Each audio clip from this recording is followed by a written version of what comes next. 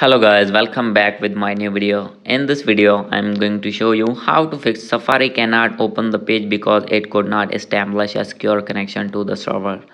So guys, when you want to open any website on Safari browser and facing this type of issue, then I'll help you how to fix this problem. So guys, you can easily fix this problem. So let's start without wasting any time. So guys, simply first of all, you need to open your settings, click on Wi-Fi. And guys, you need to connect Wi-Fi with your phone. So guys, if not connected, then guys you need to connect it, and guys if not have Wi-Fi, then you need to open your mobile data.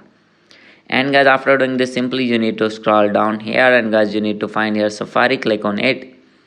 And guys, you need to scroll it down, and here is the option of clear history and website data. Simply you need to click on clear history. And guys, after this you need to scroll it down, click on advanced, and scroll it down, click on features flags. And guys, after this, simply you need to scroll it down, and guys you need to click on reset all to defaults. And guys, after this you need to go back, and guys you need to open your settings again, scroll it down, click on general, and click on software update. And guys, you need to update your iPhone to latest iOS version, that is 17.12 beta.